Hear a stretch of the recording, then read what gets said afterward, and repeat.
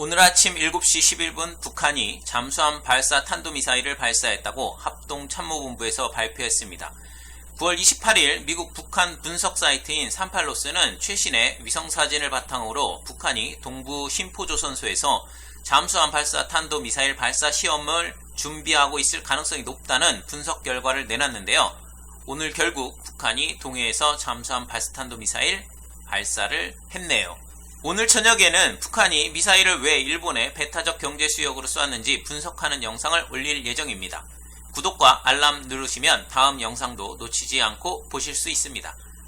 합동참모본부는 오늘 오전 7시 11분경 북한이 강원도 원산 북동쪽 해상에서 동쪽 방향으로 탄도미사일을 발사했다고 밝혔습니다. 이 미사일의 최대 비행고도는 910km, 비행거리는 약 450km로 탐지됐다고 합니다. 정경두 국방장관은 북극성 계열의 탄도미사일로 예상된다며 사거리가 1300km 정도인데 미사일 고도를 높여 비행거리가 450km로 줄여서 발사한 것으로 예상한다고 말했습니다. 일본의 칸 관방장관은 북한의 두 발의 탄도미사일 중 한 발이 일본의 배타적 경제수역인 시마네현 앞바다에 낙하한 것으로 보인다고 밝혔습니다. 북한이 북미 실무협상 일정을 발표한 지 13시간 만에 미사일을 발사하면서 미국과의 협상을 앞두고 협상력을 높이기 위한 무력 시위 성격이라는 분석이 많다고 하는데요. 미국이 협상에서 북한이 수긍할 만한 안을 가지고 오지 않으면 미사일 발사와 같은 무력 도발을 계속하겠다는 압박의 의미가 강하다는 분석입니다.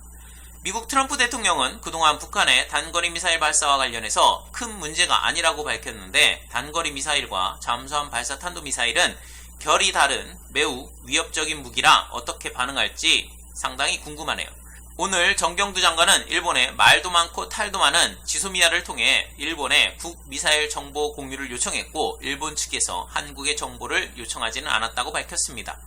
지난 7월 북한 조선중앙통신은 북한이 동해 심포조선소에서 신형 탄도미사일 잠수함을 건조 중인 것으로 보도하면서 잠수함 발사 탄도미사일 3기를 장착할 수 있는 3000톤급으로 추정했는데요.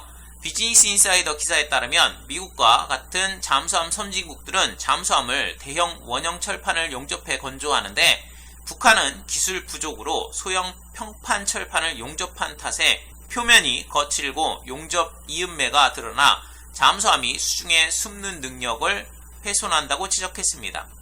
최첨단 소나와 어뢰로 무장한 미국, 일본, 한국의 구축함과 잠수함들은 노후 북한 잠수함을 정확히 탐지해 파괴할 수 있기 때문에 북한은 해안선에서 불과 몇 마일 안에서 작전할 것이라 예상했습니다.